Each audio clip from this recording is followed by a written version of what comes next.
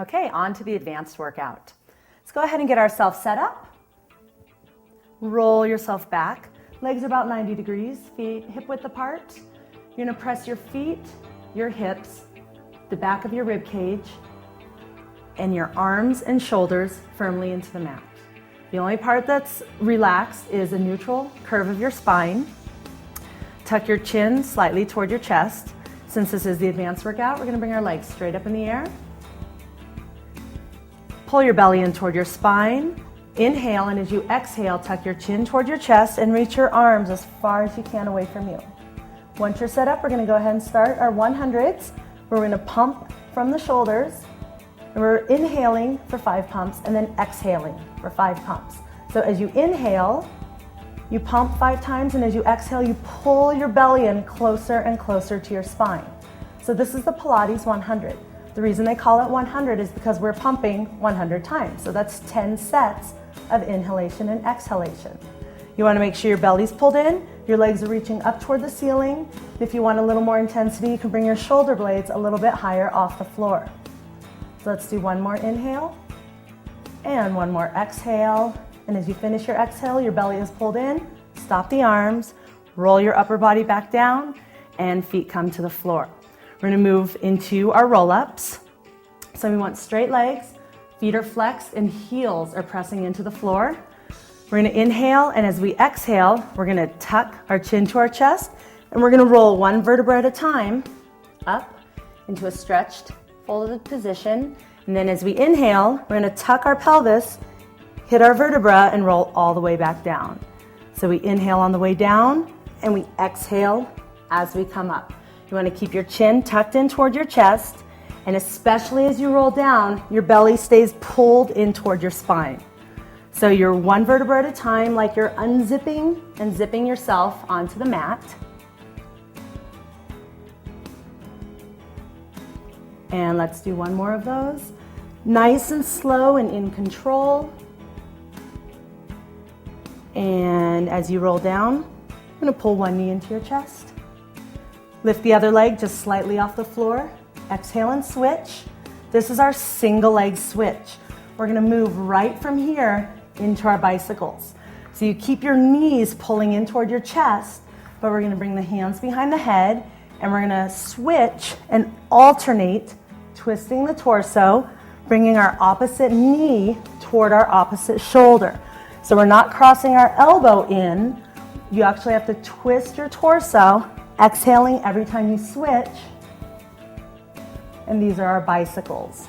So we can add a little intensity by doing 2 bicycles. 1, come all the way down, hold the legs. 2, switch, come all the way down and up. Let's do that one more time. Exhaling as you come up, and exhaling as you come up. Bring both knees into your chest, roll up to a seated position, and we're gonna go into some balance exercises for our obliques. So we're gonna start in a V-sit, relax the shoulders, relax the head and neck, and we're gonna start off, and you can keep a hold of your knees if you want, or you can let go. We're gonna start off rolling onto one hip. And then we slowly roll through onto the other hip. So this is working that top oblique, and it's also working balance. And balance is great because it works all your muscles as a unit, and balance is very functional. So side to side. We're gonna take a little break in a minute, and then we'll add some intensity. This is the first level. Come back to the center. This is your break. Take a little rest in the middle. Second level, bring your knees to the side, lifting your hips up, drop the bottom leg, bring it back in, all the way to the other side. So you want space under your hip. Bring the bottom leg down, pull up, bottom leg down. So you can also hold on to your knees if this is a little too much for your hip flexors, or you can pull your belly in tighter, and that'll also take some work out of your hip flexors. So finish this one, slow and in control. Take your little rest in the middle. We're gonna add one more level of intensity if you want. You're gonna take both legs out and in, or you can just stick with the one leg's out, one leg in. So this is gonna be the hardest level. And again, you wanna roll all the way over to your hip, not just rocking side to side, not just twisting your torso. Let's do one more of those. And come to the center. Relax the shoulders, relax the neck. And we're gonna roll over onto our stomach for some planks. So in plank, remember you always have the option of setting your knees down. You want your shoulders over your elbows. And then when you're up on your feet, you want your hips right in between your ankles and your shoulders. So you're not sagging and you're not sticking your butt way up. It's right in the middle. From here, we're gonna add a little intensity by taking it up. You wanna keep looking down at the floor. Keep your belly pulled in, and we're just gonna do a couple up and down.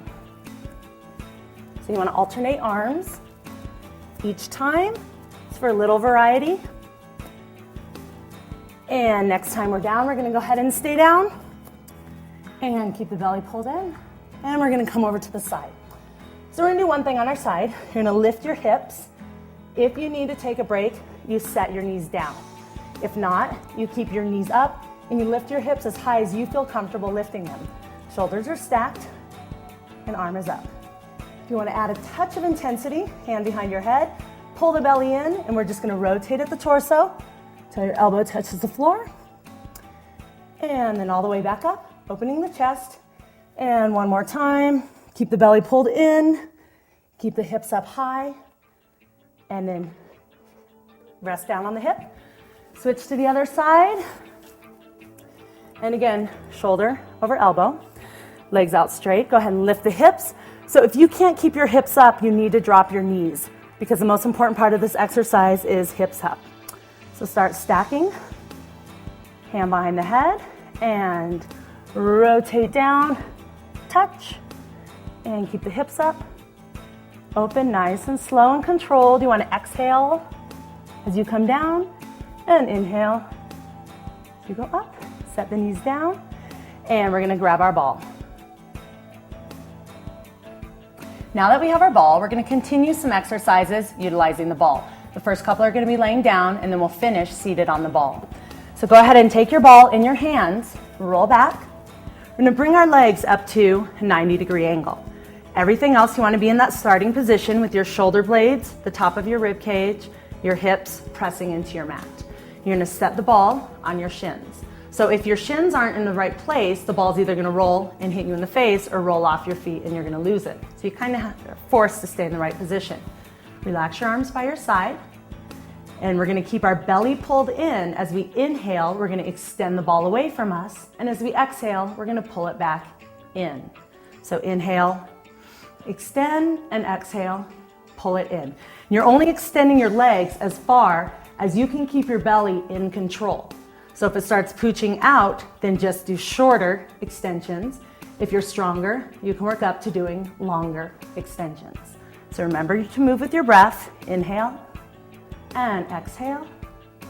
And we'll do one more. Inhale and exhale. Great job. Grab the ball with your hand, extend the legs up and out. We're gonna place the ball right between your feet. So now we have our inner thighs working as well because we have to hold the ball between the feet. Again, we're just gonna relax the shoulders, relax the hips. This is called pass the ball. We're gonna pass the ball to our hands. Arms and legs are gonna extend downward, pass the ball to the feet, and arms and legs extend. So it's still inhale on the extension and exhale when we bring everything back together. And again, if you have control and you have a stronger belly, feel free to bring the arms and legs all the way to the floor. Just make sure you're in control at all times. Let's do a couple more of these. And last one. And as you exhale, bring the ball between your feet. Bring your legs down, and we're gonna go ahead and come up and sit on the ball. Okay, let's go ahead and have a seat on the ball. We're gonna roll back for some crunches. And you wanna roll back so that your lower back is on the ball only. So the ball is lifting up your hips.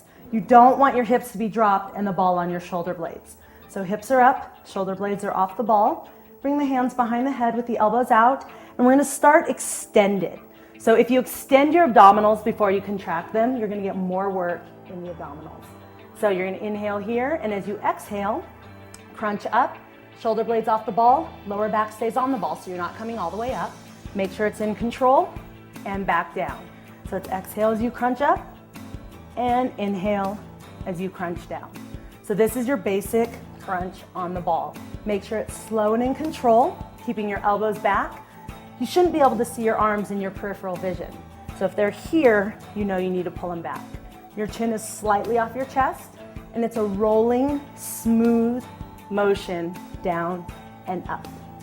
So one more, and then we're gonna move on to crunch twists. So crunch twists are a 4-part move.